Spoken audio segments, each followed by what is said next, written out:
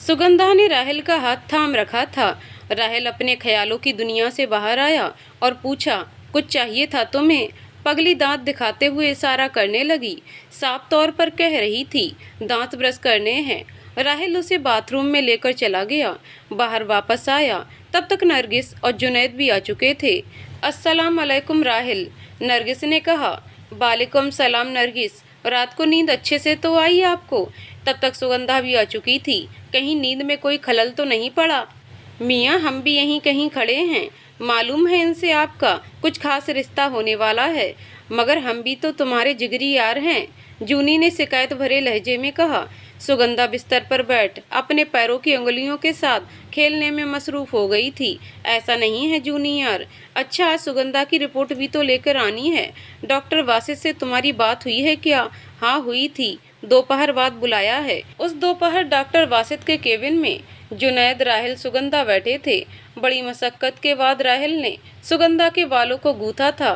किसी से कंघी करवाने को तैयार ही नहीं थी। भरोसा, इस लफ्ज में एक ताकत है, ताकत अपनेपन की।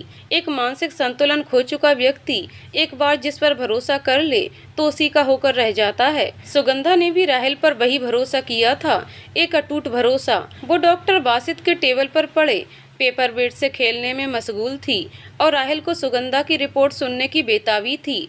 तभी डॉक्टर वासित ने बोलना शुरू किया, देखिए मिस्टर कुरैशी, पेशेंट एमनेसिया से जूझ रहा है।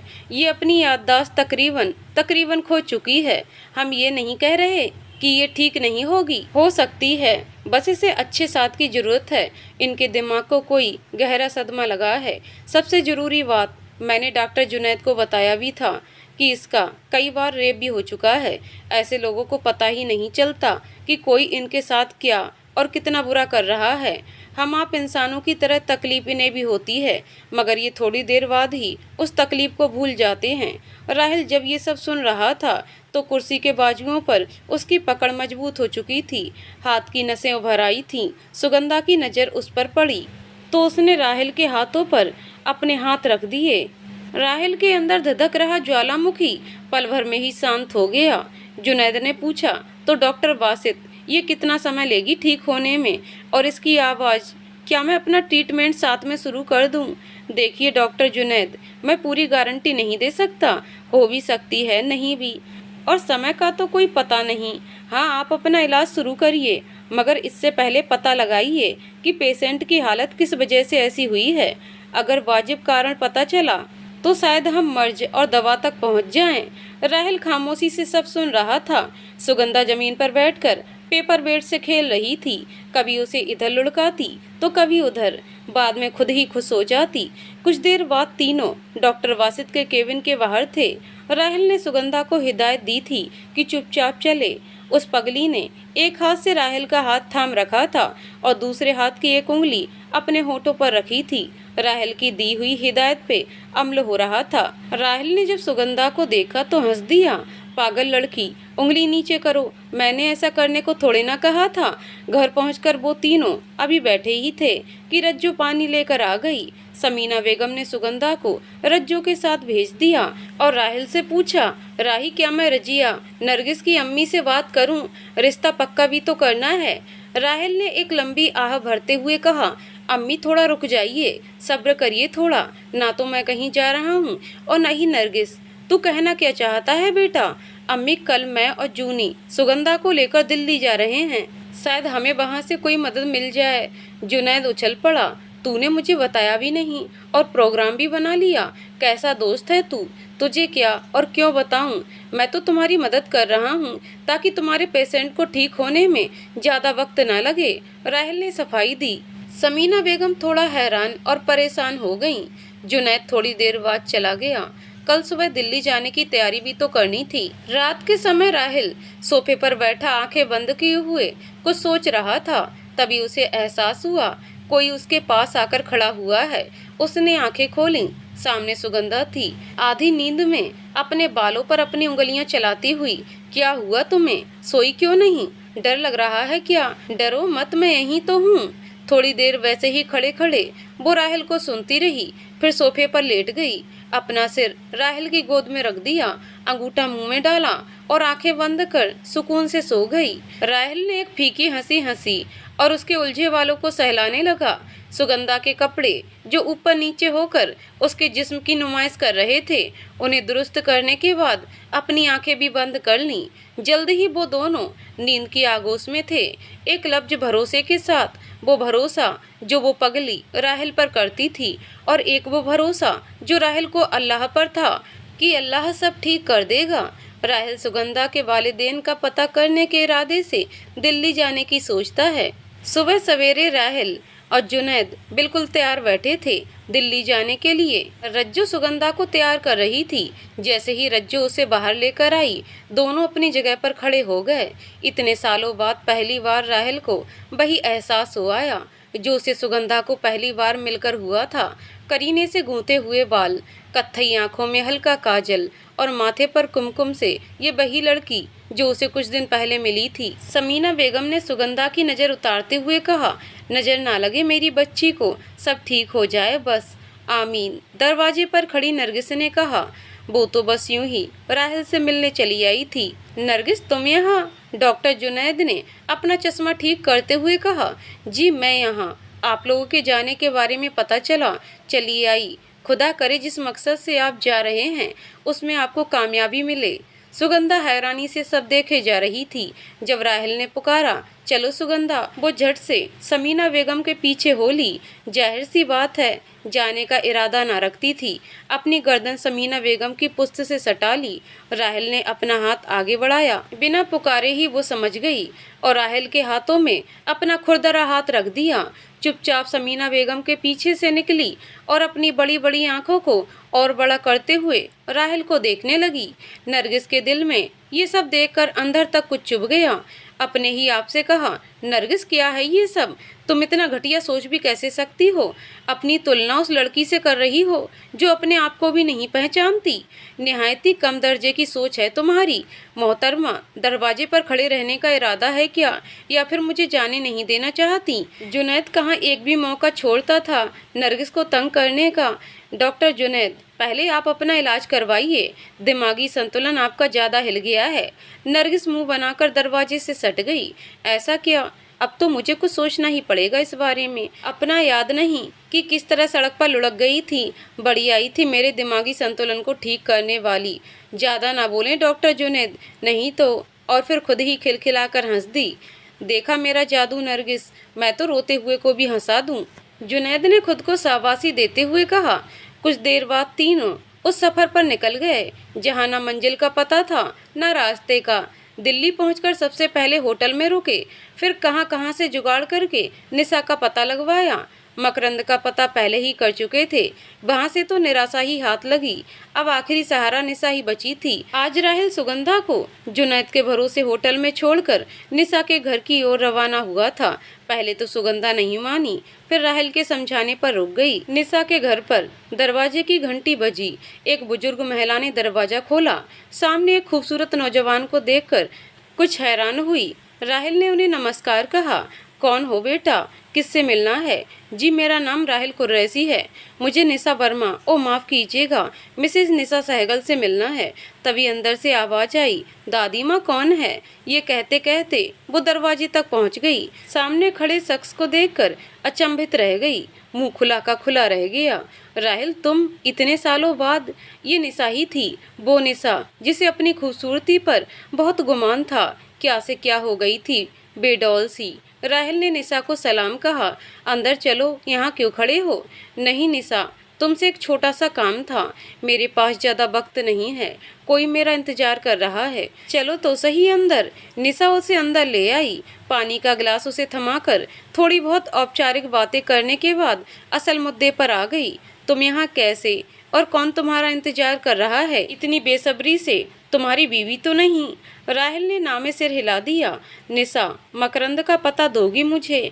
बहुत मुश्किल से उसका एड्रेस ढूंढा था, मगर वहाँ जाकर पता चला अब वो वहाँ नहीं रहता। तुम मेरी आखिरी आस हो। मकरंद का नाम सुनते ही निशा थोड़ी चिढ़ गई, फिर बोली, हाँ अब वो यहाँ नहीं रहता, बस इतना जानती हूँ कि वो किसी दूसरे देश में सेटल हो गया है, मगर कहाँ ये नहीं मालूम। तुमने राकेश से पूछा? उसे नहीं मालूम निशा, वो तो MBA करने के बाद यहाँ से अमेरिका चला गया था। तुम क्यों पूछ रहे हो राहिल? बस यूं ही। क्या उसने सुगंधा से शादी की? एक विराम के बाद निशा ने कहा, नहीं उसने सुगंधा से शादी नहीं की। क्यों? सुगंधा के पापा और मैक के पापा दोस्त थे और बिजनेस पार्टनर भी थे। ये रिश्ता जबरदस्ती का थोपा हुआ था। मैक ये शादी नहीं करना चाहता था। समय ने ऐसी करवट ली कि उनका बिजनेस चौपट हो गया और उसी दौरान सुगंधा के पापा का मर्डर भी हो गया। वो पूरी तरह से बर्बाद हो चुकी थी। वो मासूम सी लड़की, कम बोलने वाली, बेसहारा हो गई। कहाँ जाती? सुना है गई थी मकरंद के पास, मगर मकरंद ने उससे सारे ताल्लुकात तोड़ दिए और बेइज्जत करके अपने घर से बाहर निकाल दिया था। उस दिन के बाद तो मुझे मकरंद से नफरत सी हो गई। बाद में पता चला वो देश छोड़कर जा चुके हैं। कहाँ मालूम नहीं। और सुगंधा, वो कहाँ गई होगी निशा? नहीं मालूम राहिल कहाँ गई, जिंदा भी है या नहीं, मगर सुना है वो तुम्हें बहुत याद करती थी। थोड़ी देर बाद राहिल ने एक हारे हुए जुआरी की तरह निशा से विदा ली। ये एक जुआ ही तो था और वो ये आखिरी दाव भी हार गया था। उधर होटल के कमरे में सुगंधा बिस्तर पर बैठी, कभी अपने पाँव के अंगूठे पर चादर लपेटती तो कभी बिस्तर के नीचे छुप जाती। आंखों में उसकी इंतजारी झलक था। कभी जुनैद के पास जाकर खड़ी हो जाती। जुनैद कुछ पूछता तो अपने दांत दिखा देती। एक शब्द भी मुंह से बोल नहीं सकती थी। जुबान को जैसे ताला लग गया था। एक इंसान जो मानसिक संतुलन खो चुका हो, साथ में आवाज भी, तो वो अपना दर्द किस तरह से बयां करे? कितने तूफान मचलते होंगे उस सीने के अंदर। वो तूफान बाहर तो आना चाहते होंगे, मगर आए बाहर तो किस तरह? कोई उस अनकही भाषा को समझने वाला भी तो होना चाहिए। बार बार जाकर दरवाजे पर खड़ी हो जाती, एक आस, एक भरोसे के साथ, और जुनैद उसे टकटकी वांदे देखता रहता। अंदर से रो देता। राहिल कुरैशी आज खत्म हो गया, ये जानकर कि सुगंधा का इस दुनिया में अब कोई नहीं है। जो आखिरी उम्मीद थी वो भी ताश के पत्तों के महल की तरह भर भरा कर गिर गई। नहीं जानता उसके बाकी के रिश्तेदारों को और जानना भी नहीं चाहता। क्या करेगा जानकर? मिल भी गए, उन्होंने सुगंधा को अपनाने से इनकार कर दिया तो वो टूटी हुई लड़की क्या और नहीं टूट जाएगी? थके कदमों से वापस होटल की ओर चल दिया। बादलों की तरह उमड़ते ख्यालात और जज्बात कब आंखों से बरस जाएं मालूम नहीं। बोझिल कदमों से होटल पहुंचा और कमरे की घंटी बजा दी। दरवाजा खुला, सामने सुगंधा थी।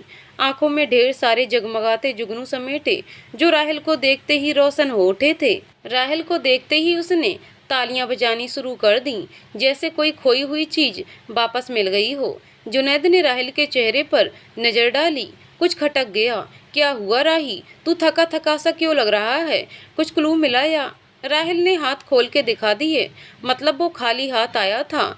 उम्मीद की डोर टूट चुकी थी। सुगंधा ने उसके हाथों को देखा और उंगलियों को गिनने बैठ गई। राहिल लाचार सा होकर धम्म से बिस्तर पर बैठ गया। जुनैद को समझ नहीं आ रहा था बात कहाँ से शुरू करे। पागल भी कुछ चीजें आसानी से समझ जाते हैं, वो बात अलग है, बयां नहीं कर पाते। सुगंधा समझ गई थी राहिल किसी बात को लेकर परेशान है। वो उसके घुटनों के पास फर्श पर बैठ गई, अपनी बाजुएं उसके घुटनों पर मोड़ कर रख दी और सिर को ऊपर की ओर उठाकर नजर भरकर राहिल का मायूस चेहरा पढ़ने की कोशिश करने लगी।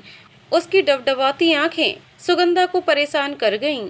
राहिल की हिम्मत नहीं हो रही थी कि कैसे उस मासूम की अनकहे सवाल पूछती निगाहों का सामना करे। जब सुगंधा ने राहिल पर नजरें नहीं हटाईं तो वो मजबूर हो गया। उसकी आंखों में झांकने को आंखें जैसे सवाल पूछ रही थीं। तुम्हारी बेबसी की वजह क्या है? क्या बताता? कैसे उसे समझाता? वो इतना बेबस क्यों है? जब सुगंधा को लगा राहिल उसे देख रहा है, वो अपने दांत निकालकर हंस दी। एक फीकी, दिल तोड़ने वाली हंसी जो वो खुद भी नहीं जानती थी क्यों है। पिछले 2 घंटों से जो बेबसी के काले बादल राहिल के रूहानी आसमान में उमड़ रहे थे, बस फटने को तैयार ही थे। अब जज्बातों के समंदर का बहना बाकी था। सुगंधा अभी भी उसे वैसे ही देख रही थी, कारण जानने की इच्छा रखती थी। इस दुख के पीछे का जुनैद पास खड़ा दोनों के जज्बातों को पढ़ने की, समझने की पुरजोर कोशिश कर रहा था। खामोश था, सब वक्त और हालात के हवाले कर दिया था उसने। राहेल की आंखों से आंसू की दो बूंदें हल्के एहसास के साथ सुगंधा के गालों पर से फिसलते हुए उसकी बाजुओं पर अटक गई। वो अभी भी हैरानी वाली मुस्कान लिए कभी राहेल को तो कभी आंसुओं को देखती। राहेल की आंखों से आंसुओं की बरसात हो रही थी और वो पगली उन्हें राहेल के गालों पर फिसलने का हक देने से पहले पोंछ देती और फिर खुशी से तालियां बजाती। आंसुओं से जंग जीतने की खुशी की तालियां। अचानक उसने राहेल का हाथ थामकर उसे उठाया, जूनी को लगभग धकेलते हुए खिड़की के पास ले गई। दोनों दोस्त सुगंधा की ये हरकत समझ नहीं पाए। दरअसल बाहर बूंदाबांदी शुरू हो गई थी। उसने पर्दों को सरकाया और अपने दांतों को आपस में रगड़ते हुए जूनी और राहेल को बाहर देखने का इशारा किया। बारिश की बूंदें गिरने के बाद फिजाओं का रंग रूप बदल जाता है। सब धुला धुला सा नजर आता है, जैसे चारों ओर छाई उदासी छट जाती है। वो इशारे से शायद यही दिखाना चाहती थी, ये समझाना चाहती थी कि तुम भी अपने अंदर भरे हुए दुख और तकलीफ के बादलों को आंखों के रास्ते बरसने तो दो। देखो कैसे सब अच्छा लगता है, कैसे तन और मन हल्का हो जाता है। मासूम सी सुगंधा अनजाने में ही बहुत बड़ी बात समझा गई। राहिल जुनैद के गले लगकर रो पड़ा और वो पगली मुस्कुरा दी। अब वो कुछ हल्का महसूस कर रहा था। जुनैद ने खाने का ऑर्डर दे दिया था। कुछ देर में खाना कमरे में पहुंच गया। तीनों खाना खाने बैठ गए। सुगंधा अपने अतरंगी तरीके से खाना खा रही थी और राहिल बार बार उसके हाथ और मुंह साफ करता, वो फिर गंदा कर देती।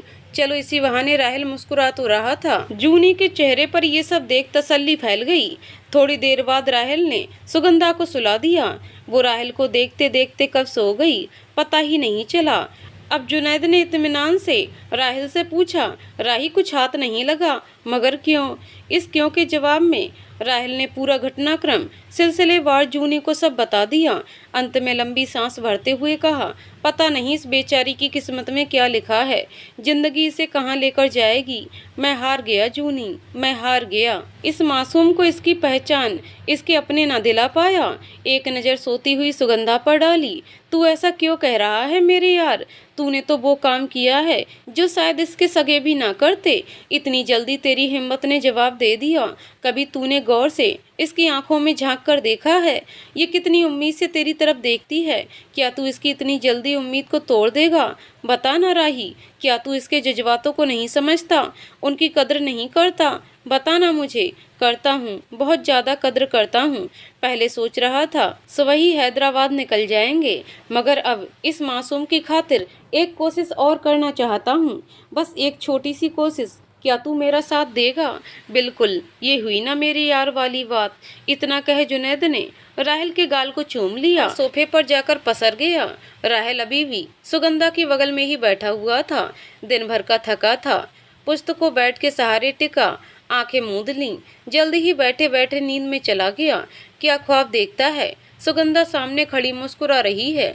एक मासूम सी हंसी। राहिल नींद में ही मुस्कुरा दिया। अगले दिन सुबह राहिल कुरैशी के घर हैदराबाद समीना बेगम और रज्जो रसोई के कामों में व्यस्त थीं।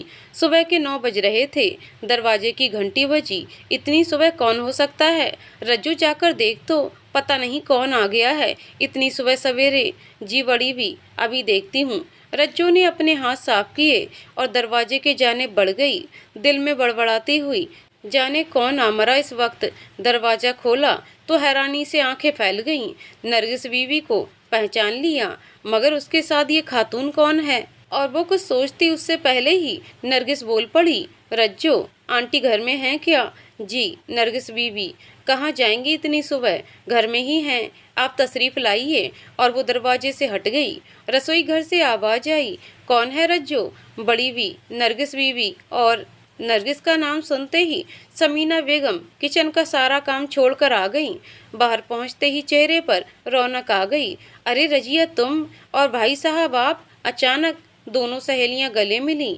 ये नरगिस के अम्मी अब्बू थे। सोफे की तरफ इशारा करके, तशरीफ रखिए भाई साहब। उन्होंने नरगिस के सर पर हाथ फेरते हुए कहा, रज्जो जाकर चाय नाश्ता का इंतजाम कर, खिदमत में कोई कमी नहीं रहनी चाहिए। जी बड़ी भी। रज्जो हुक्म मिलते ही तामील करने चल दी। आप लोग अचानक?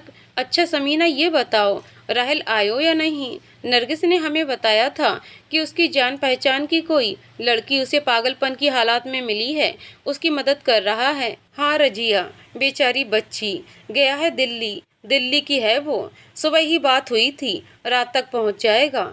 वैसे भाई साहब, आप समीना बहन, बात दरअसल यूं है कि अगले महीने हम सब 6 महीने के लिए देश से बाहर जा रहे हैं, तो सोचा उससे पहले रिश्ता पक्का कर लिया जाए। बच्चे जब तैयार हैं तो नरगिस के अब्बू ने फरमाया, मगर भाई साहब इतनी जल्दी? माना बच्चे तैयार हैं, मगर राहिल ने कहा था कि वो पहले सुगंधा को उसके वालिदैन के सुपुर्द कर दे, फिर निकाह भी कर लेगा। हम उसकी बात समझते हैं समीना। रजिया अपनी बात पूरा करती है। रज्जो चाय नाश्ता लेकर आ गई। नरगिस ने अपना चाय का कप उठाया और रज्जो के साथ राहिल के कमरे की ओर चल दी। रज्जो राहिल के कमरे में सफाई करने जा रही थी। चाय पीते पीते रजिया ने बात जारी रखी। हम राहिल की भावनाओं की कद्र करते हैं, मगर किसी गैर लड़की की वजह से हम अपने बच्चों की जिंदगी तो दांव पर नहीं लगा सकते। ज्यादा देर हुई तो तुम तो जानती ही हो लोगों को। और हाँ, हमने कहा बाद में करेंगे, बस रिश्ता पक्का कर लें, तसल्ली हो जाएगी। कहे तो तुम बिल्कुल सही रही हो रजिया। रात को राहिल आ जाएगा, मैं उससे बात करती हूँ, तो परसों का दिन मुकर्रर कर लेते हैं, बात पक्की कर लेते हैं और तुम्हारे विदेश जाने से पहले छोटी सी सगाई की रस्म कर लेते हैं। ठीक है ना? समीना बेगम ने अपनी राय रखी। ठीक है बहन जी, तो परसों का दिन तय रहा, नरगिस के अब्बू ने कहा। उधर राहिल के कमरे में नरगिस खिड़की के पास खड़ी चाय का मजा ले रही थी और रज्जो बिस्तर की चादर बदल रही थी।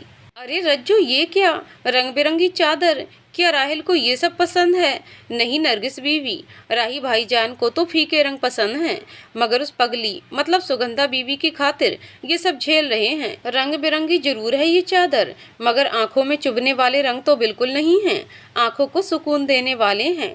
हल्का पीला, हल्का नीला, कितनी खूबसूरत लग रही है ये चादर। अल्लाह से बस इतना मांगती हूँ कि मेरे राही भाईजान की जिंदगी भी इस तरह की खूबसूरत हो जाए। बाहर रज्जो, तुम तो बड़ी समझदारी की बातें करती हो। अच्छा, राहिल के कपड़े मैं जमा दूं अलमारी में? जी नरगिस बीवी, जमा दीजिए, मगर ध्यान से, राही भाई को कुछ भी बेतरतीब पसंद नहीं है। नरगिस ने जैसे ही अलमारी खोली, राहिल के कपड़ों के बगल वाले हिस्से में सुगंधा के कपड़ों को देखकर मुस्कुरा दी। सुगंधा के कपड़े यहाँ क्यों हैं रज्जो? अरे मेरे कमरे से बार बार इधर कौन लाए? तो राही भाई ने ही उसके कपड़े यहाँ जमाने को कहा था। बस कुछ दिनों की ही बात है, फिर तो यहाँ पर आपके कपड़े होंगे। रज्जो ने नरगिस की चुटकी ली। दिल्ली होटल के कमरे में सुगंधा सुबह सुबह नहा तो ली, कपड़े भी बदल डाले, मगर बेतरतीब बेढंगे से राहिल के सामने दांत दिखाते हुए खड़ी हो गई। जुनैद सुगंधा का हुलिया देखकर हंस दिया। राहिल ने काफी मशक्कत के बाद उसके कपड़ों को दुरुस्त किया। कपड़े ठीक करते हुए उसकी आंखों में एक हया और लाचारगी थी, मगर करने तो उसे ही पड़े ठीक। सुगंधा बहुत प्यारी लग रही थी। थोड़ी देर में जूनी और राहिल भी तैयार हो गए। रात को उन्होंने कुछ जगहों की मालूमात कर ली थी जहां से सुगंधा के ताल्लुकात रहे हैं। दिल्ली में एक आखिरी कोशिश करना चाहता था। राहिल शायद अपनी इस कोशिश में कामयाब हो जाए। उन्होंने अपना सारा सामान टैक्सी की डिग्गी में रखवा दिया। वापस होटल तो आना नहीं था। दोपहर के बाद वापसी की फ्लाइट जो थी, सुगंधा राहिल का हाथ थामे छोटे बच्चे की तरह उछलते उछलते बाहर आ रही थी। राही, तेरी हिम्मत की तो दाद देनी पड़ेगी। तो पिछले कुछ दिनों से कैसे निभा रहा है इससे? मैं होता तो शायद अब तक पागल हो चुका होता। राहिल उसकी बात सुन मुस्कुरा दिया और सुगंधा अपने बालों को उंगलियों में लपेटने लगी। दोपहर तक उन्होंने हर उस कोने को खंगाल लिया जहां से सुगंधा के ताल्लुकात थे, मगर मायूसी ही हाथ लगी। राहिल की आंखें भर आईं। जूनी भी उदास हो गया, मगर सुगंधा, उसे कहाँ होश था कि वो यहाँ क्यों आई है। वो तो बस राहिल के साये का पीछा कर रही थी। जहाँ जहाँ राहिल का साया जाता, सुगंधा अपनी खुशबू से उस साये के वजूद को महका देती। अनजाने में ही सही, अंत में थक हार कर वो एक रेस्टोरेंट में बैठ गए। 3 कप कोल्ड कॉफी का ऑर्डर दिया। राही के चेहरे पर मायूसी साफ झलक रही थी। उसे चिंता थी तो सुगंधा के भविष्य की। अब सुगंधा का क्या होगा? इसका तो अपना कोई भी नहीं है। मैं अम्मी को क्या कहूँगा? और नरगिस, अम्मी अब क्या कदम उठाएंगी? या अल्लाह, राही, मैं समझ सकता हूँ तेरे दिल के हालात। हम आंटी को समझा देंगे, कुछ न कुछ रास्ता तो निकल ही आएगा, इतना मत सोच। जुनैद ने राहिल का हौसला बढ़ाते हुए कहा। शुक्रिया यार, एक तू ही तो है, राहिल ने लंबी आह भरते हुए कहा। तभी कॉफी भी आ गई। सुगंधा कॉफी के ऊपर बने झाग को उंगली से उठा उठा कर चख रही थी, बिल्कुल मासूम बच्चे की तरह। राहिल तो बेख्याली में ही कॉफी पिए जा रहा था। कुछ झाग उसके होठों के किनारे पर लग गया। सुगंधा की नज़र उधर पड़ी तो वो दांत निकाल कर खड़ी हो गई। राहिल ने इशारे से पूछा, क्या हुआ? उसने अपनी उंगली से राहिल के होठों के किनारे पर लगा कॉफी का झाग साफ किया और फटाफट अपने मुंह में डाल दिया। फिर अपने होठों पर जीभ फेर कर तालियां बजाने लगी। आसपास वाले सारे लोग उसकी इस हरकत पर हंस दिए। इसी वजह से राहिल के चेहरे पर मुस्कान तो आई और जुनैद के चेहरे पर राहिल को मुस्कुराते देख तसल्ली। सुगंधा ये देख और जोर जोर से तालियां पीटने लगी, मानो कोई बड़ी जंग जीत ली हो। पागल थी तो क्या हुआ, एक पागल भी सामने वाले के मन को पढ़ सकता है। शायद सुगंधा ने राहिल के मन की उथल पुथल को पढ़ लिया था। बेशक ये ना जानती हो कि इस बेचैनी के पीछे की असली वजह क्या है। रात तकरीबन 9 बजे राहिल और सुगंधा हैदराबाद में राहिल के घर के दरवाजे पर खड़े हैं। जुनैद एयरपोर्ट से सीधा अपने घर चला गया था। सुगंधा की आंखें नींद की वजह से भारी हैं। अब सोई के तब सोई। दरवाजा रज्जो ने खोला। रज्जो, कोई इतनी देर करता है भला दरवाजा खोलने में? सुगंधा थककर सीढ़ियों पर ही सो गई थी। अरे भाई जान, माफ कर दीजिए, चलिए आप अंदर आइए। रज्जो की नज़र सुगंधा पर नहीं पड़ी। उसने सोचा सुगंधा को राहिल सही सलामत दिल्ली छोड़ आया है। भाईजान, वो आफत अपने वालिदैन के पास चली गई। शुक्र है खुदा का। तुम ये सामान अंदर रखो। रज्जो सामान लेकर अंदर चली गई। राहिल ने सोई हुई सुगंधा को गोद में उठाया और अंदर ले आया। समीना बेगम राहिल की आवाज़ सुनकर अपने कमरे से बाहर आ रही थी। उनके हाथ में पानी का गिलास था। जैसे ही उनकी नज़र राहिल की बाजुओं में सोई सुगंधा पर पड़ी, दिल धक से रह गया। पानी का गिलास मेज पर रखा और राहिल को पुकारा, बेटा ये क्या, तुमने हमें बताया नहीं, ये वापस आ रही है। बिना राहिल की खैरियत पूछे उन्होंने सवाल कर दिया। आदाब अम्मी जान, एक मिनट, इसे सुलाकर आता हूँ, फिर इत्मीनान से बात करते हैं। तब तक आप एक कप कॉफ़ी बना दीजिए मेरे लिए। समीना बेगम बड़ी ही मायूसी से रसोई घर में चली गईं। रज्जो राहिल के कमरे में सामान रखकर वापस आ गई। वो भी राहिल की गोद में सोई हुई सुगंधा को देखकर हैरान हो गई। फिर वो बोली, पता नहीं क्यों भाईजान, मुझे सुबह से ही लग रहा था कि ये वापस आएगी, तभी शायद मैंने आज वो रंग बिरंगी चादर बिछा दी थी बिस्तर पे। आना ना आना सब ऊपर वाले के हाथ है बहना। अब खुदा को शायद यही मंजूर था, तभी तो तुम्हें खुदा ने इशारा कर दिया था। इतना कह राहिल अपने कमरे की ओर बढ़ गया। जैसे ही सुगंधा को बिस्तर पर रखा, वो कसमसाई और करवट लेकर सो गई। राहिल ने एक सर्द आह छोड़ी और बाथरूम की जानिब बढ़ गया। थोड़ी देर बाद वो अपनी अम्मी के साथ ड्राइंग रूम में बैठा था। कॉफ़ी की चुस्कियां लेकर कुछ सोच रहा था। राही क्या सोच रहा है, बताएगा भी कुछ? मुझे लगा था आज तो इसे इसके घर छोड़कर ही आएगा। अम्मी, मेरी सारी कोशिशें जाया हो गईं। इसका कोई नहीं है अब इस दुनिया में, समझ नहीं आ रहा क्या करूं। और राहिल ने समीना बेगम को सारी बात बता दी। समीना बेगम खुद परेशान, राहिल से किस कदर बात करें। उन्होंने नरगिस के वालिदैन को बुलाया है, बस इतना ही कहा, सुगंधा के बारे में कल सोचते हैं, तुम जाकर आराम करो। राहिल ने एक नज़र अपने कमरे में सोती सुगंधा पर डाली। मैं हार गया, तुम्हें तुम्हारे अपनों से नहीं मिला सका। जाने खुदा ने तुम्हारी किस्मत में क्या लिखा है। दवा के साथ तुम्हें दुआ की भी ज़रूरत है। थकावट की वजह से राहिल जल्द ही नींद की आगोश में चला गया। अगले दिन सुबह वही दिनचर्या, राहिल आगे आगे, सुगंधा पीछे पीछे। नाश्ता करने के बाद सुगंधा टीवी देखने बैठ गई। कार्टून देखकर खुश होती और तालियां बजाती। रज्जो भी किचन का काम खत्म कर सुगंधा के उलझे वालों को सुलझाने में लगी थी। समीना बेगम को यही वक्त सही लगा राहिल से बात करने का। राही, सुन बेटा। जी अम्मी, फरमाइए। पिछले कल नरगिस और उसके अम्मी अब्बू घर आए थे। ये तो अच्छी बात है, उनकी खातिरदारी में कोई कमी तो नहीं की। वैसे क्यों आए थे वो लोग? राहिल का दिमाग खटक गया। वो बात दरअसल ऐसी है बेटा कि वो सब अगले महीने से यहाँ नहीं होंगे। किसी कारण उन्हें 6 महीने विदेश जाना पड़ रहा है, तो वो लोग चाहते हैं कि अभी वो अपनी बात पूरी करती। सुगंधा बुरा सा मुंह बनाकर कंघी लेकर राहिल के सामने खड़ी हो गई। मतलब रज्जू अच्छे से बाल संवार नहीं रही थी। राहिल ने उसे अपने पाँव के पास बैठने का इशारा किया और उसके बाल सुलझाने लगा। हाँ तो अम्मी, आप कुछ बता रही थी नरगिस के बारे में। पहले तुझसे एक बात पूछूं राही? बेझिझक पूछिए अम्मी जान। राहिल ने सुगंधा के बाल सुलझाकर बांध दिए। तुम्हारा नरगिस के बारे में क्या विचार है? कैसी लगती है तुम्हें? अम्मी, बहुत ही समझदार और जहीन लड़की है और खूबसूरत तो माशा अल्लाह। राहिल के चेहरे पर मुस्कुराहट फैल गई। सुगंधा फिर से टीवी देखने में मसरूफ हो गई। समीना बेगम को राहिल के चेहरे पर नरगिस का नाम लेते ही जो मुस्कुराहट आई, उसे देख तसल्ली हुई। वो बात दरअसल ये है कि वो लोग कुछ महीने के लिए विदेश जा रहे हैं, तो जाने से पहले वो तुम्हारा और नरगिस का रिश्ता पक्का करना चाहते हैं और साथ में सगाई भी। राहिल के चेहरे का रंग बदल गया। वो अपनी जगह से उठ खड़ा हुआ।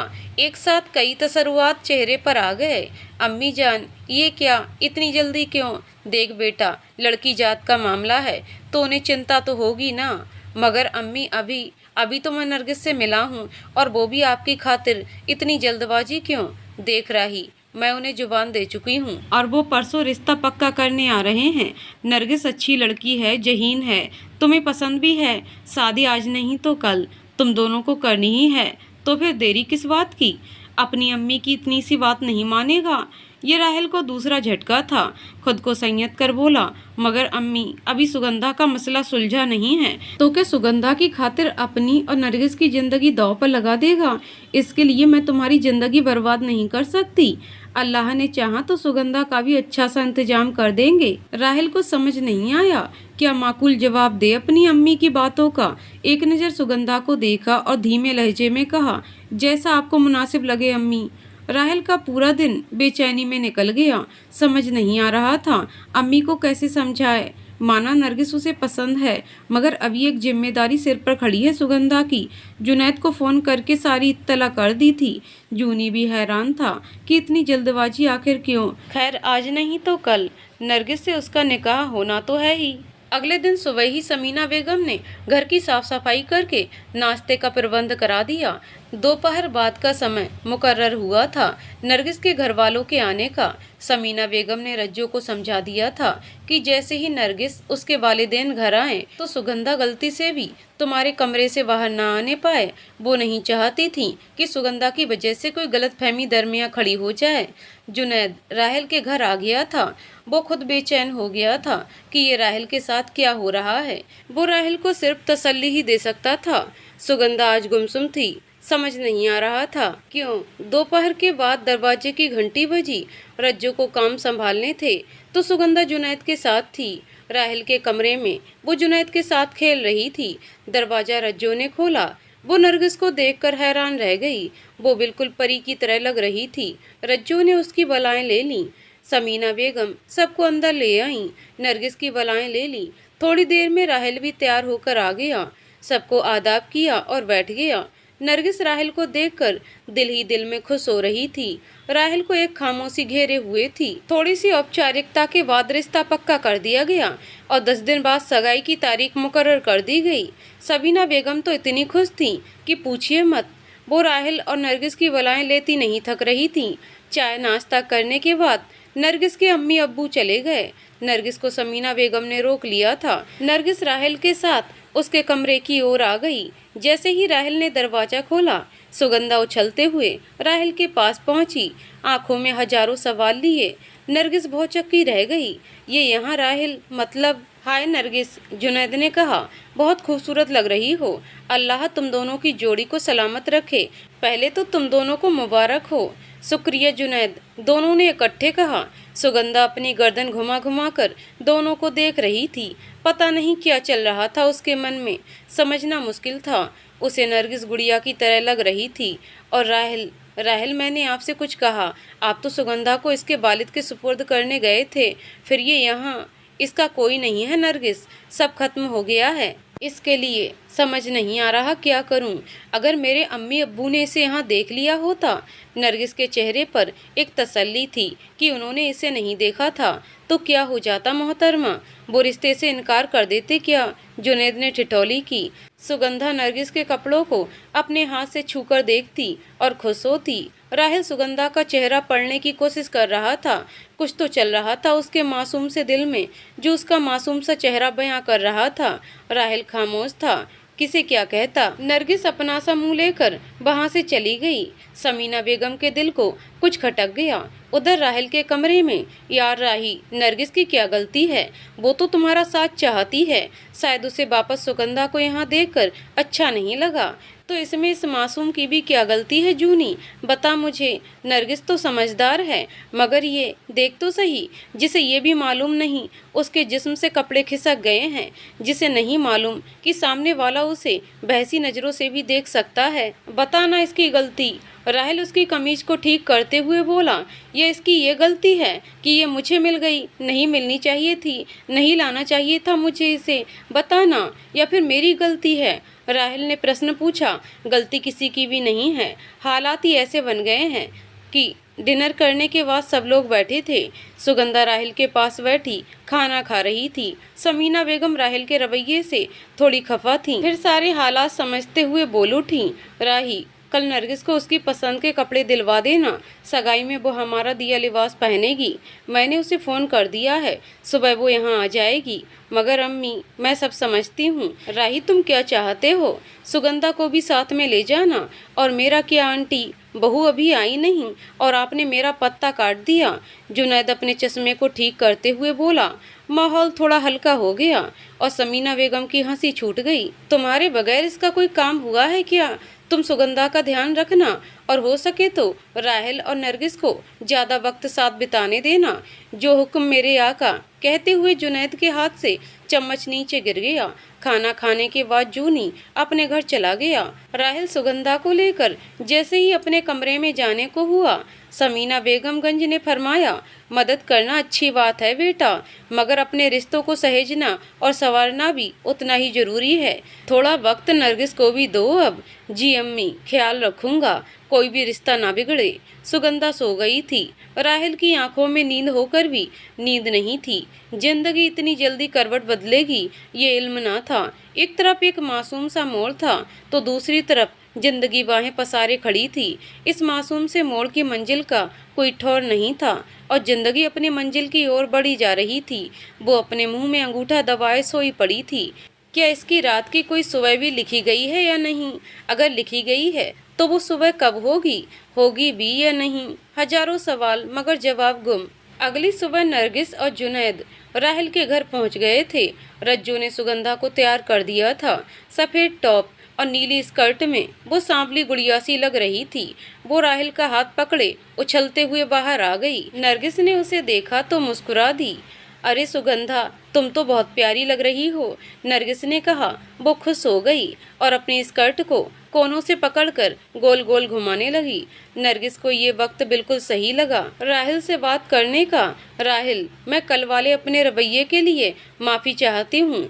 मुझे बात को समझना चाहिए था और यूँ रिएक्ट नहीं करना चाहिए था। आप इतना नेक काम कर रहे हैं तो मुझे इसमें आपकी मदद करनी चाहिए। आखिर हम सफ़र बनने वाले हैं, इस सफ़र के हम। राहिल मुस्कुरा भर दिया। कोई बात नहीं नरगिस, अब चलें, गिले शिकवे तो जिंदगी का हिस्सा हैं। उन्होंने समीना बेगम से जाने की इजाज़त ली। जुनैद और नरगिस बातें करते हुए साथ चल रहे थे और पीछे से राहिल सुगंधा का हाथ थामे मुस्कुराते हुए आगे बढ़ रहा था।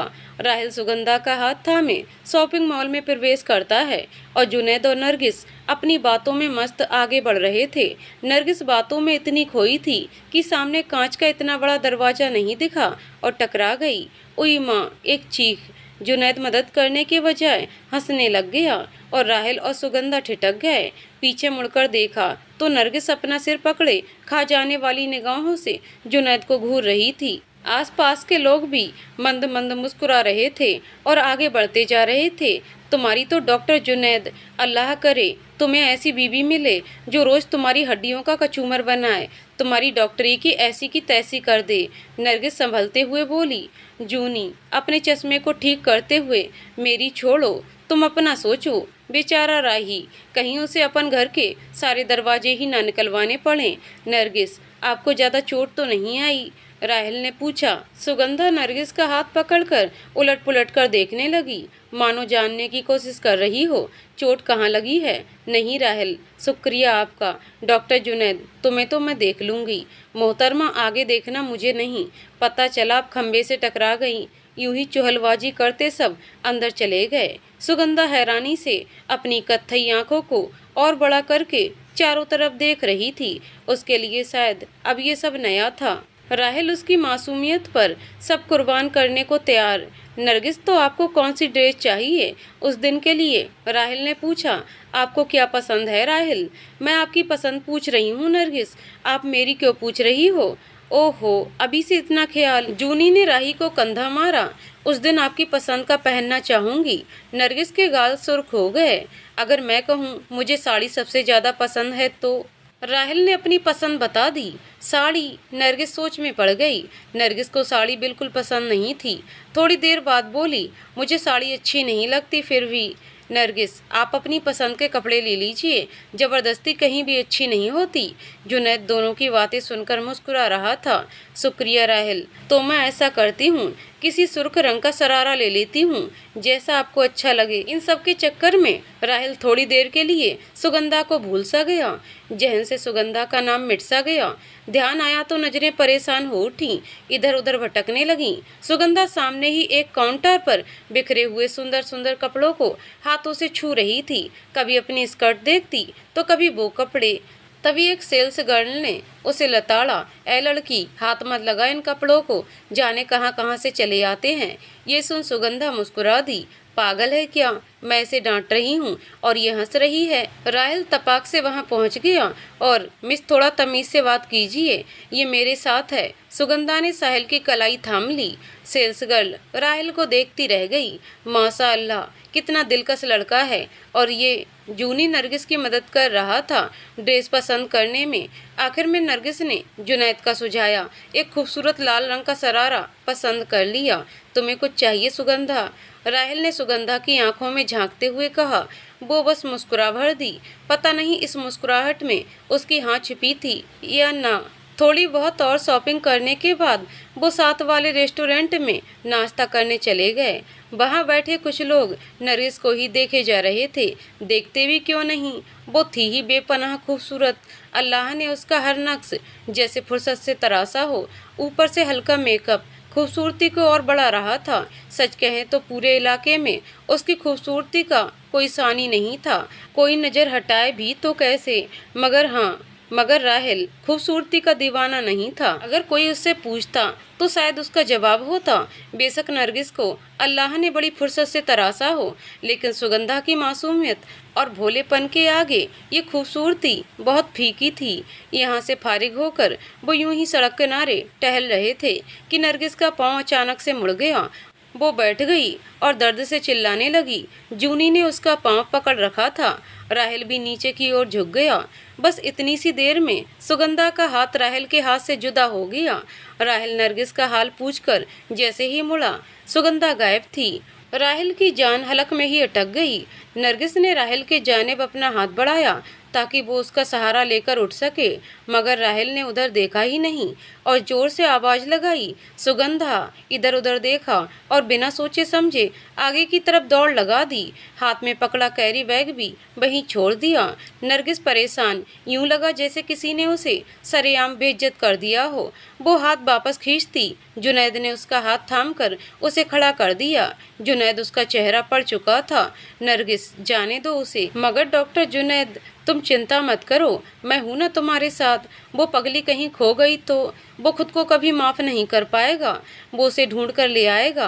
क्या तुम चाहती हो कि तुम्हारा होने वाला शौहर किसी गिल्ट में जिए? नहीं ना, तो बात को समझो। हम तो बिल्कुल ठीक हैं, मगर सुगंधा, उसकी हालत तो तुम्हें पता है। अगर उसके साथ नरगिस बीच में ही बोल पड़ी, सॉरी डॉक्टर जुनैद, मैं समझ सकता हूँ तुमने ऐसे क्यों रिएक्ट किया। जुनैद ने सारे कैरी बैग इकट्ठा करते हुए कहा, तुम बस मेरे साथ चलो। राहेल का सारा शरीर पसीने से सराबोर हो चुका था, कपड़े बदन से चिपक चुके थे। उसने सामने से आ रही एक महिला को पूछा कि आपने सांवली सी सफ़ेद स्कर्ट टी शर्ट पहने एक लड़की को देखा है। महिला ने जवाब दिया, हाँ। 2 लड़के उसे हाथ पकड़कर सामने वाली गली के पीछे ले जा रहे थे। वो बड़े आराम से उनके साथ जा रही थी, हंसते हुए। राहेल ने शुक्रिया कहा और उस गली की ओर लपका। दूसरी ओर जुनैद भी नरगिस को गाड़ी में बिठाकर उसी ओर भागा जहां राहेल सुगंधा को ढूंढने गया था। वो भी सुगंधा की तलाश में निकल पड़ा। गली के एक कोने पर एक पुरानी सी टपरी के पास राहेल सांस लेने के लिए रुका ही था कि उसे सुगंधा की एक चप्पल उधर पड़ी दिखी। टपरी के पीछे से कुछ आवाजें आ रही थीं। राहेल ने आओ देखा ना ताओ उधर दौड़ लगा दी। सामने का नज़ारा देख दिल ने धड़कना बंद कर दिया। किसी ने उसकी जान ही निकाल कर रख दी। वो जोर से चिल्लाया, सुगंधा! उफ, कितना दर्दनाक मंजर था। एक लड़के ने सुगंधा का मुंह दबा रखा था और दूसरे ने उसका टॉप पूरी तरह से उतार दिया था। उसके जिस्म का ऊपरी हिस्सा नंगा हो चुका था। वो छटपटा रही थी और वो लड़का उसके नंगे कंधे पर दांत गड़ा रहा था। कितना बहसीपन था एक मानसिक रोगी के साथ ऐसा सुलूक। यही सत्य है, हमारे देश में आए दिन ऐसी घटनाएं होती हैं, बस होती ही रहती हैं और इन घटनाओं का कहीं जिक्र भी नहीं होता। दरिंदगी, हैवानियत का ऐसा नंगा खेल रोज होता है।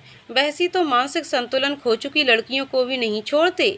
सबसे बड़ी है तो बस जिस्म की भूख, वही शांत करनी है, सामने शिकार कोई भी हो। जैसे ही उन्होंने राहेल की आवाज़ सुनी, दोनों की पकड़ ढीली हो गई। वो वहां से बंदूक से निकली गोली की तरह फरार हो गए। राहेल ने दौड़कर टॉप उठाया और सुगंधा के शरीर को ढक दिया। गुस्से और दर्द के मिले जुले भाव चेहरे पर आ गए। कस के एक थप्पड़ सुगंधा के गाल पर जड़ दिया और चिल्लाया, क्यों छोड़ा तुमने मेरा हाथ? बोलो क्यों? तुम्हें कुछ हो जाता तो? इतना कहकर सुगंधा को कसकर गले लगा लिया और बच्चों की तरह फूट फूट कर रो पड़ा। जुनैद भी आ चुका था। सुगंधा जुनैद को देखे जा रही थी, बिल्कुल भाव शून्य, और जुनैद बिल्कुल सुन्न था। रोते रोते राहेल जमीन पर बैठ गया। सुगंधा भी नीचे बैठ गई। राहेल का चेहरा ऊपर किया और उसके आंसू पोंछने लगी। उसकी बड़ी बड़ी आंखों में हजारों सवाल थे। क्या सवाल थे उसे खुद पता नहीं, और वो वही सवाल राहेल के आंसू पोंछते हुए उससे पूछ रही थी, जैसे पूछ रही हो, क्यों रो रहे हो एक पागल के लिए? राहेल ने जैसे ही उसकी आंखों में झांका, वो अपने पुराने अंदाज में दांत पिचकाकर मुस्कुरा दी। जुनैद दोनों के करीब खड़ा था। क्या बात करे, उसकी भी समझ से परे था। वो तो इस बेनाम रिश्ते को समझने की कोशिश कर रहा था, एक झूठी कोशिश। राहेल अभी भी बिल्कुल हताश सा बैठा था और सुगंधा थप्पड़ इतने जोर का पड़ा था कि सुगंधा का गाल नीला पड़ गया था। मगर वो तो शायद भूल चुकी थी कि राहेल ने उसे थप्पड़ मारा है। उसे सिर्फ एक ही चीज याद रहती थी, राहेल का अपनापन, उसका निस्वार्थ लगाव। जूनी ने राहेल को पुकारा, राही संभाल खुद को, सुगंधा ठीक है, तेरे पास है, वो लड़के भाग गए, चल यार यहाँ से, बड़ी गंदी जगह है। राहेल ने नजरें ऊपर कर कहा, जगह गंदी नहीं होती जूनी, इंसान की सोच और नीयत गंदी होती है जो जगह को गंदा बनाती है। कुछ देर बाद सब राहेल के घर पर थे। सुगंधा राहेल के कमरे में सो रही थी। नरगिस इस वाकये से थोड़ी खौफ में थी। उन्होंने घर पर इस बारे में किसी को नहीं बताया था।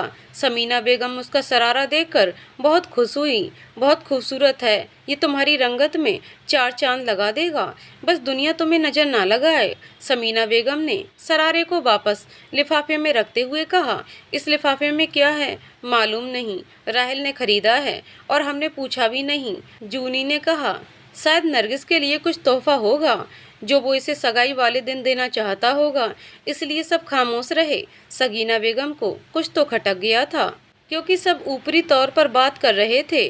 शाम को उन्होंने नरगिस को फोन कर सच्चाई का पता लगा ही लिया। रात को खाना खाने के बाद राहेल सुगंधा को रज्जो ले जाएगी, मुझे तुमसे कुछ जरूरी बात करनी है। सुगंधा और रज्जो के जाने के बाद आज तुम इतने उदास क्यों हो? और तुमने मुझसे झूठ क्यों बोला कि सुगंधा गिर गई थी जब चेहरे पर चोट लगी है? मुझे सब पता चल गया है आज क्या हुआ है। अम्मी आप ही बताइए, मैं किस मुंह से आपको बताता? राहेल की आंखें भर आईं। देखो राही, सुगंधा अपनी जगह, मगर नरगिस उसका क्या? वो तुम्हारी होने वाली बीवी है, उसको दरकिनार मत करो। क्यों अपना रिश्ता उलझा रहे हो? अम्मी आप ही बताइए क्या करूं? मैं सुगंधा को इस हालत में नहीं देख सकता, कैसे बचाऊं उसको मैं? देखो राही, तुम्हारी सगाई में चंद दिन ही बचे हैं, मुझे कोई हंगामा नहीं चाहिए। सुगंधा उस बच्ची के बारे में कुछ सोचते हैं, अल्लाह ने कुछ तो सोचा होगा उसके लिए। थोड़ी देर बाद दोनों उठकर अपने अपने कमरे में चले गए। सुगंधा को देखते ही राहिल के दिमाग पर दिन का मंजर हावी हो गया। आंखों में आंसू और गुस्सा, दोनों जज्बात समंदर की तरह तैर गए। वो हौले से सुगंधा के पास गया, चादर को हटाया, कंधों के पास से टी शर्ट को सरकाया तो क्या देखता है, कितनी बेरहमी से काटा था उसने। जख्म सूखकर पत्थर हो चुका है। सुगंधा कसमस आई, राहिल की ओर करवट बदली, आंखें खोली और मुस्कुराई और फिर सो गई। अगले दिन जुनैद सुगंधा को डॉक्टर वासिद के पास ले गया। राहिल नरगिस के घर किसी जरूरी काम से गया था। जुनैद से ये वादा लिया था कि वो सुगंधा का पूरा ध्यान रखेगा। दिन अच्छे से निपट गया। अगले दिन, आज का दिन जुनैद और राहिल के लिए काफी भारी रहने वाला था। डॉक्टर वासिद से उनकी खास मुलाकात थी सुगंधा के केस के बारे में। सुगंधा घर में रज्जू और समीना बेगम के साथ थी। नरगिस भी आ गई थी। डॉक्टर वासिद के केबिन में, देखिए मिस्टर कुरैशी, सुगंधा का केस मैंने और मेरे डॉक्टर की टीम ने अच्छी तरह से स्टडी कर लिया। झूठ नहीं बोलूँगा और कुछ छुपाऊंगा भी नहीं। सुगंधा के ठीक होने के आसार ना के बराबर हैं। राहिल ये सुन अपनी कुर्सी से खड़ा हो गया। उसके चेहरे का रंग फीका पड़ गया। वो समझ गया था कुछ नहीं हो सकता। जुनैद ने उसे समझाया और शाम होते होते वो घर पहुंचे। दरवाजा खुलते ही थके हारे इंसान की तरह कहा, रज्जू 2 गिलास ठंडा पानी लाना। और सुगंधा कहाँ है? राहिल की नज़र नरगिस और समीना बेगम पर नहीं पड़ी थी। वो तो तब आभास हुआ जब जूनी ने दोनों को सलाम किया। पूरा घर खामोश था। क्या बात है अम्मी, आप लोग चुप क्यों हैं? राहिल को कुछ गलत होने का आभास हुआ। अम्मी आपसे पूछ रहा हूँ क्या बात है? समीना बेगम लंबी सांस लेते हुए, मेरी बात का बुरा ना मानना राही, मगर इस वक्त मुझे जो सही लगा मैंने वही किया। तुम्हारे सुगंधा और नरगिस के भविष्य को देखकर ही मैंने ये कदम उठाया है। अम्मी सीधे सीधे बताइए हुआ क्या है और सुगंधा कहाँ है? राहिल अपनी जगह से उठ खड़ा हुआ। थोड़ी चुप्पी के बाद, कोई कुछ बोलता क्यों नहीं? सुगंधा कहाँ है? राहिल ने अपने कमरे की तरफ दौड़ लगा दी और पीछे से जुनैद ने भी। कमरा खाली था, सन्नाटा पसरा था। रंग बिरंगी चादर की जगह हल्की साधारण चादर बिछी थी। राहिल ने दौड़कर अपनी अलमारी खोली। सुगंधा के कपड़े वहाँ नहीं थे। वो फिर से भागता हुआ बाहर आया। खुदा के वास्ते अम्मी, मुझे बता दीजिए सुगंधा कहाँ है? मैंने आंटी को बहुत समझाया था राहिल, मगर नरगिस ने कहते हुए नजरें झुका लीं। अब की बार राहिल ने रज्जू को झिंझोड़ कर पूछा, रज्जू बहन तुम बताओ सुगंधा कहाँ है, वरना मैं पागल हो जाऊंगा। रज्जू रोते रोते बोल पड़ी, राई भाईजान, बड़ी बी ने सुगंधा को पागल खाने भिजवा दिया। क्या? राहिल को एक धक्का सा लगा। वो गिर ही जाता अगर जुनैद ने उसे थाम ना लिया होता। वो धम्म से जमीन पर बैठ गया। मगर क्यों? क्यों उस मासूम को? क्यों मेरा इंतजार नहीं किया?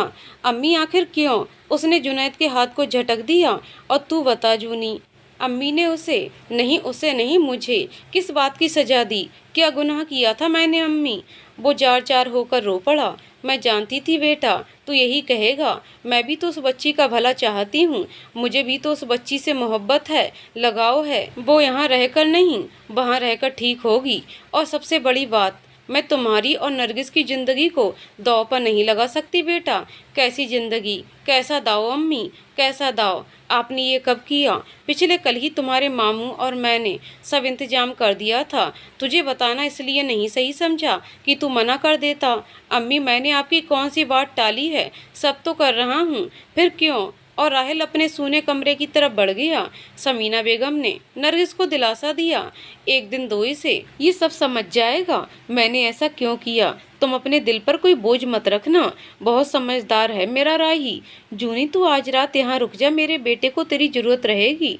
रज्जू जा उसे पानी देकर आ। और जुनैद बेटा तुम उसे जाकर समझाओ। मैं थोड़ी देर के लिए नरगिस के घर जा रही हूँ। कुछ दिन तो रहे हैं सगाई में, थोड़ी तैयारियां करनी हैं। नरगिस और समीना बेगम चले गए। राहेल अपने कमरे में खड़ा उस खाली अलमारी को देख रहा था। कितना दर्द दे गई वो खाली अलमारी। ये अम्मी की कैसी मोहब्बत और कैसा लगाव था। रज्जो पानी का गिलास लेकर आ गई। जुनैद भी साथ में था। रज्जो राहेल की हालत देख नहीं पाई और रोते हुए कहने लगी, राही भाई। वो बहुत रो रही थी, बार बार पीछे मुड़कर देखती थी, कुछ कहना चाहती थी मगर जुबान साथ ना दे पाई। शायद आपको ढूंढ रही थी। बहुत छटपटाई थी वो। उसके कंधे पर कुछ घाव थे, खींचातानी में वो भी रिस रहे थे। मैं कुछ कर नहीं पाई भाईजान।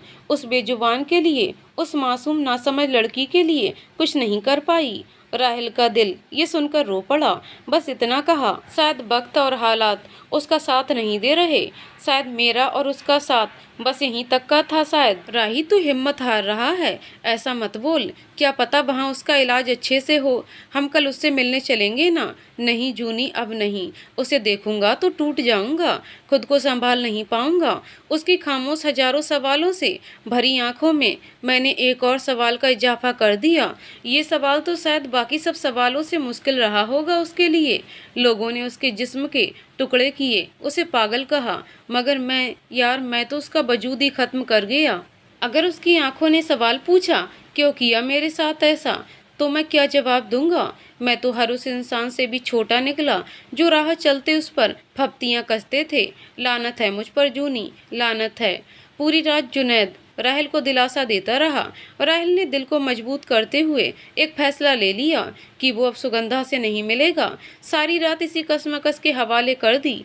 मगर क्या किसी ने सुगंधा के बारे में सोचा? वो किस दौर से, किस दर्द से गुजर रही है।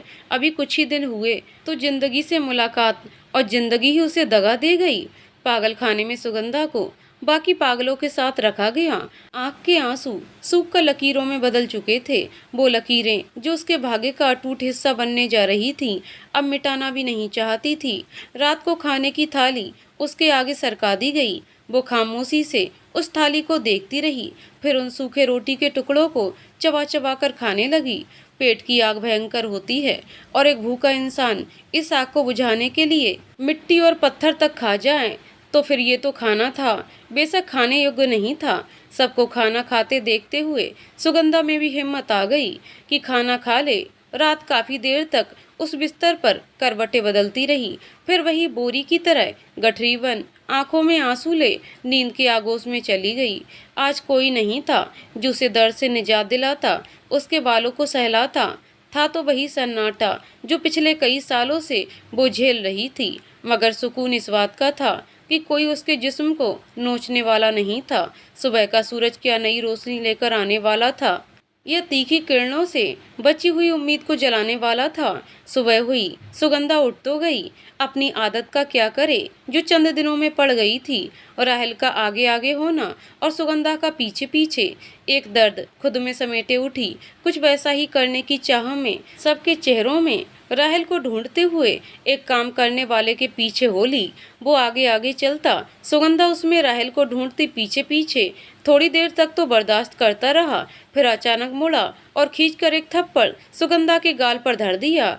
आवाज काफी दूर तक गई। कुछ पागल तालियां बजाने लगीं और कुछ गुस्सा। सुगंधा के होठ के कोर से खून की धारा बह निकली। वो लड़का चिल्लाया, पागल कहीं की, अगर फिर से पीछे पीछे आई तो दांत तोड़ दूंगा समझी। वो सुगंधा जो डांट और थप्पड़ खाने के बाद हंस देती थी, आज अचानक से सहम गई। कांपते शरीर के साथ पीछे हटी और उस बड़े से हॉल के एक कोने में दुबक गई। डरी सी सहमी सी। आज कोई नहीं था जो उसे संभालता, उसे गले लगाता, उसके आंसू पोंछता। सच में आज के सुबह के सूरज की किरणें कुछ ज्यादा ही तीखी निकली, जिंदगी को जला गईं। राहेल चुपचाप से अपने काम निपटाकर घर से जूनी के साथ निकला ही था कि समीना बेगम ने टोक दिया, राही बेटा मुझे माफ़ कर देना, मगर अम्मी जान आप मेरी माँ हैं, आप माफ़ी क्यों मांग रही हैं? आप अपनी जगह सही हैं, मुझे किसी से भी कोई शिकायत नहीं है। मैं जरा बाहर जा रहा हूँ। जिसकी खातिर नौकरी छोड़ी थी अब वो नहीं है, तो दूसरी जगह जॉब देखने जा रहा हूँ। आप अपने दिल पर बोझ मत रखिए। ये सब राहेल ने जाने किस तरह कहा, कहाँ से लाया होगा इतनी हिम्मत। अंदर से खत्म हो चुका था, मगर दिखा ऐसे रहा था। बस इतना कह जूनी के साथ निकल गया। जूनी को न जाने क्या सूझी। और राही यार, तुझसे एक बात पूछूं? एक फीकी सी हंसी के साथ राहेल, हाँ पूछ, क्या तू सच में नरगिस से शादी करना चाहता है? क्या तू नरगिस से मोहब्बत करता है? क्या बचकाना सा सवाल है जूनी। उसे अम्मी ने मेरे लिए सोच समझ कर ही पसंद किया है। ये मेरे सवाल का जवाब नहीं है। क्या तू सुगंधा से? सुगंधा, वो खुशबू थी जो कब मुझे महका गई, पता ही नहीं चला। मैं नहीं जानता मैं उससे मोहब्बत करता हूँ या नहीं। मगर वो कहते कहते राहेल रुक गया। मैंने तो ये सब पूछा ही नहीं राही। राहेल मुस्कुरा भर दिया। शाम को राहेल के घर पर समीना बेगम के साथ नरगिस उसका इंतजार कर रही थी। जूनी अपने घर चला गया था।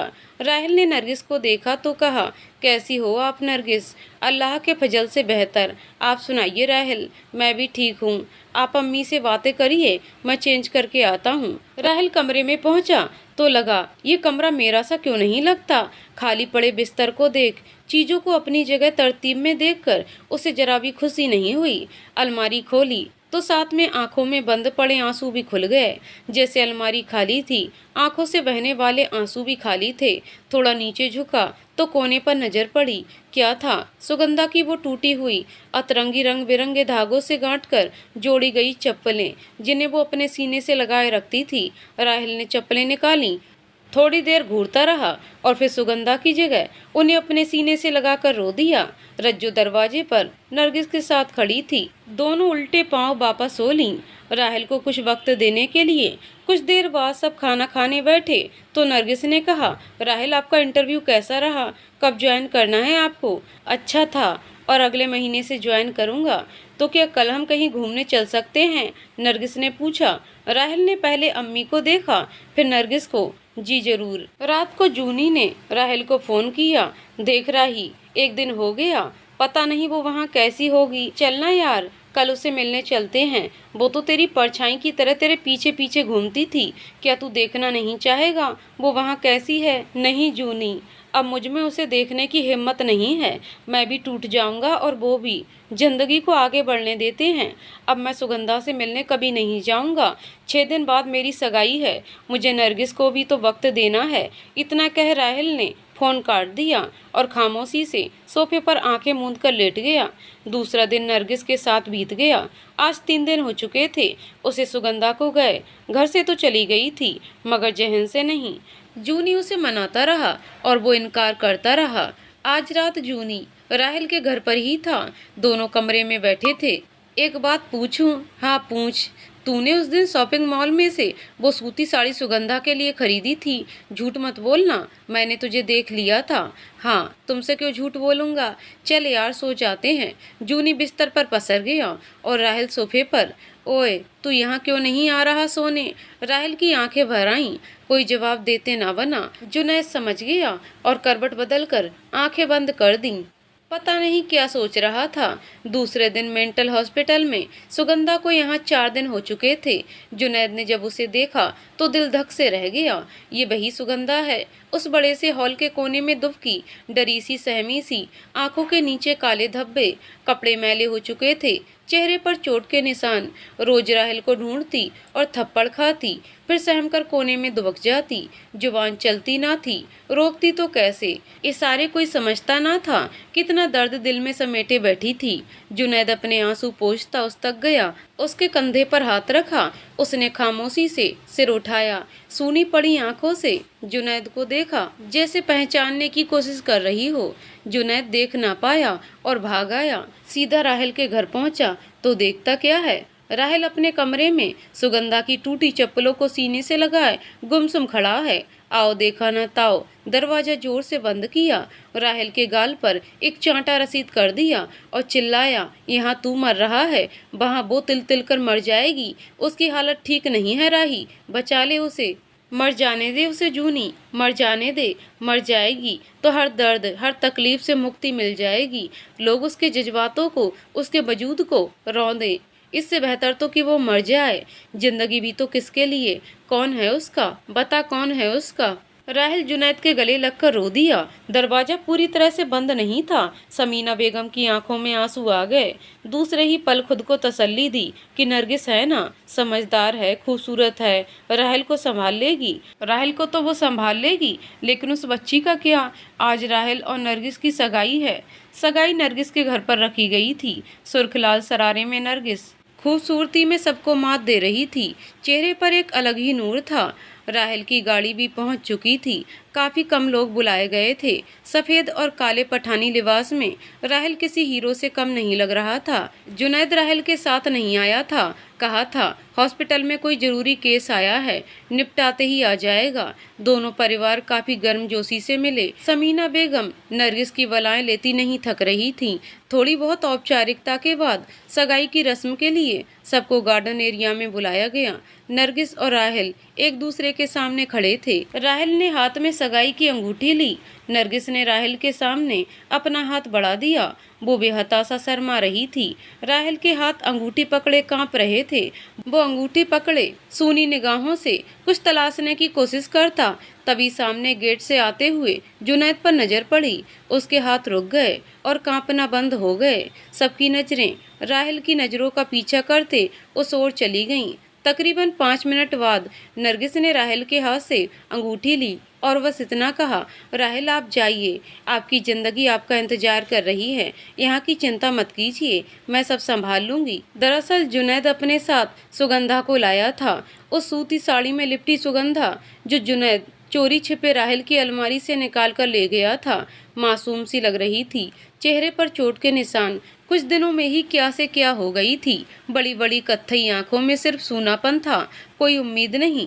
वो सिर्फ एक जिंदा लाश बनकर रह गई थी। जो भी देखता गम से भर जाता। आज समीना बेगम को अपने फैसले पर दुख हो रहा था। जुनैद आज वो कर गया जो कोई ना कर पाता। सुगंधा को एक इशारे में कुछ कहा और साहिल और नरगिस के पास चला गया। वो बुत बनी खड़ी रही। राहिल तेरी मंजिल सामने है, जा तय कर ले ये सफर, जुनैद ने कहा। राहिल ने नरगिस की ओर देखा। नरगिस ने इशारे से राहिल को जाने को कहा। इससे पहले कोई हंगामा होता, जुनैद ने नरगिस से पूछ लिया, मोहतरमा राहिल को छोड़ के आप नरगिस जुनैद खान बनना पसंद करेंगी? सब हैरान थे, मगर नरगिस ने हाँ कहने में देर नहीं की। तुम्हारी पसंद का सरारा पहना है, चश्मिश तो तुम्हारी होना पसंद करूंगी। राहिल सुगंधा की ओर बढ़ गया। वो पगली समझ नहीं पा रही थी यहाँ क्या हो रहा है। राहिल ने उसके पास पहुंचकर उसे कंधे से पकड़कर कहा, सुगंधा।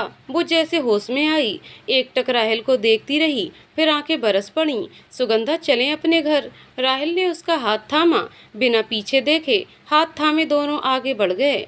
वो आज बिल्कुल खामोश थी, बस गुमसुम चली जा रही थी। जहाँ राहिल ले जाए। बेशक दुनिया की नज़रों में राहिल का इश्क अधूरा था, क्योंकि सुगंधा के ठीक होने की उम्मीद नहीं थी, मगर राहिल तैयार था कि सब तरह के हालात से लड़ने के लिए। उसका इश्क उसकी नज़रों में अधूरा होकर भी पूरा था। उसका इश्क अपने आप में कामिल था। समीना बेगम ने सबसे विदा लेते हुए रज्जो से कहा, रज्जो चल घर चलते हैं, मेरी बच्ची वापस आई है, बहुत तैयारियां करनी है हमें। जुनैद और नरगिस की बलाएं लेते हुए कहा, बनोगी तो तुम मेरी ही बहू, राहिल की शरीके हयात ना सही, मेरे जूनी की शरीके हयात बनकर। समीना बेगम, रज्जो और जुनैद एक गाड़ी में थे और राहिल के साथ सुगंधा उसकी गाड़ी में। आज इतने दिनों के बाद वो फिर से सुकून की नींद सोई थी, राहिल के कंधे पर सिर रखकर। और गाड़ी में जो गाना मध्यम आवाज में बज रहा था वो था, तेरे बिना जिंदगी से कोई सिकवा तो नहीं। तो दोस्तों कहानी यहीं पर समाप्त होती है। दोस्तों आपको कहानी कैसी लगी कमेंट करके ज़रूर बताइएगा। कहानी पसंद आई हो तो वीडियो को लाइक शेयर करें और चैनल को सब्सक्राइब करें। कहानी को पूरा सुनने के लिए बहुत बहुत धन्यवाद दोस्तों।